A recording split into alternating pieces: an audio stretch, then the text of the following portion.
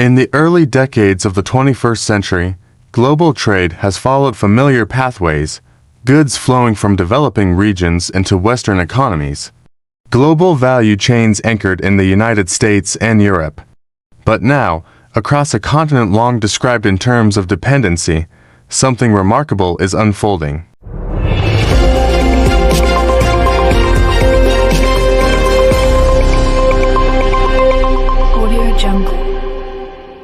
Africa is not only participating in global trade, it is asserting itself. It is building infrastructure, forging trade agreements, integrating markets, and, in some sectors, emerging as a leader. Tonight, we explore how Africa is taking the lead in global trade, how its growth, ambition, and restructuring may well be beating the United States in parts of the economic map. This is a story of transformation, and it may mark a defining shift in the global economic order. Africa's economic growth has not been uniform, but it has been persistent. With a population exceeding 1.3 billion and a median age of under 20, the continent carries both demographic weight and future promise. Infrastructure investment is booming. Ports, rail, highways, energy grids. Trade corridors crisscross the land. Regional value chains are emerging.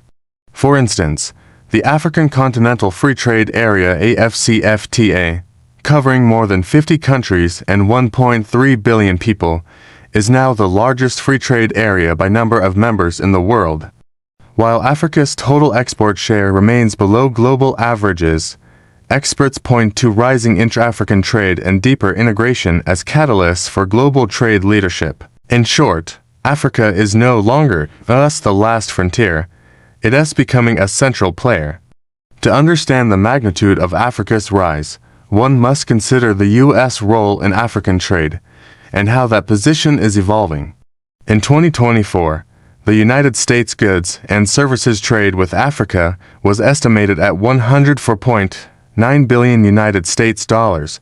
Of that, U.S. goods trade with Africa was approximately $72 billion United States dollars, with U.S. goods exports to Africa at $30.4 billion United States dollars, rising 12.9% from the year before. Yet, Africa's share of U.S. global trade remains minor, just a fraction of the U.S.'s overall commerce. And many analysts argue that the structure of trade, concentrated on raw materials and low-value goods, has limited deeper integration. As African economies become more sophisticated, their trade relations are shifting away from being mere importers of Western goods and toward building their own production, regional supply chains, and strategic export sectors. What is driving Africa's ascent in global trade? Several structural factors stand out. First, trade agreements and regional blocs are enhancing connectivity. The AfCFTA enabling tariff-free trade across most of the continent, reducing cost, time, and trade barriers. Second, infrastructure investment is unlocking trade potential.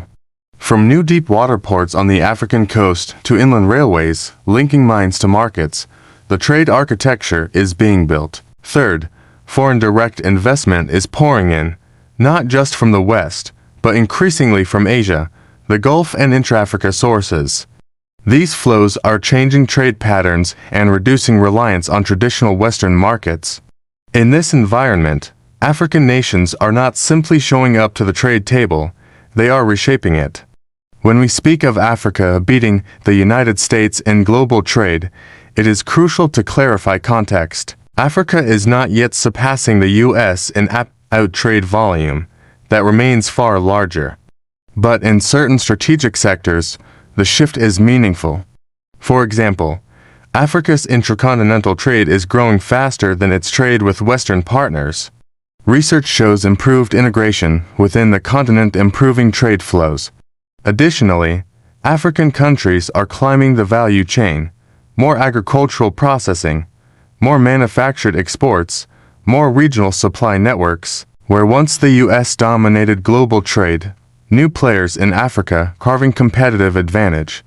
In sum, Africa may not yet outrank the U.S. overall, but it is overtaking the U.S. in critical trajectories of trade growth, influence, and future potential. What does Africa's rise in global trade mean for the United States and for the global economy at large? For the U.S., it creates a competitive landscape where previously dominant positions may be challenged. African nations, once the recipients of Western exports and aid, are now engines of growth and demand. Global value chains may reroute. Markets that once looked to the U.S. could increasingly serve African-led supply networks. In the broader economy, Africa's growth contributes to diversification. The world has long been focused on two poles, U.S., Europe, and China. Africa emerging as a relatable third pole changes that dynamic. It is not merely about trade volumes, it is about economic relevance, innovation, regional integration, and a rewriting of economic influence. The rise of Africa in global trade is not without its obstacles. Governance remains uneven, infrastructure deficits persist. Many African economies still rely heavily on commodity exports rather than high-value manufacturing. Currency volatility, logistics delays, informal economies, and trade costs remain barriers. Research shows that exports from Africa in 2023 accounted for only about 23.8% of GDP, well below the global average of around 37%. Moreover, the U.S. trade program African Growth and Opportunity Act (AGOA) has underperformed in recent years. Less than 1% of U.S. imports today come from sub-Saharan Africa. For Africa's leadership in trade to be sustained, structural reforms, investment in technology, manufacturing, regional value chains are essential. The narrative of Africa has arrived is powerful, but turning potential into durable global trade leadership is the next frontier. Let's explore concrete examples. In East Africa, Rwanda has been building value in agri-processing and regional logistics. Kenya is using its port of Mombasa and special economic zones to link East Africa to global supply chains.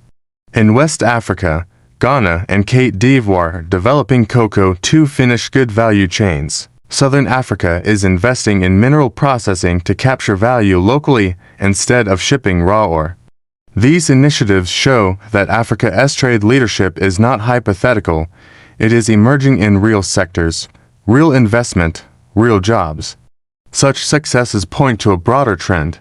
Africa is not simply part of global trade, it is becoming central to it. What lies ahead?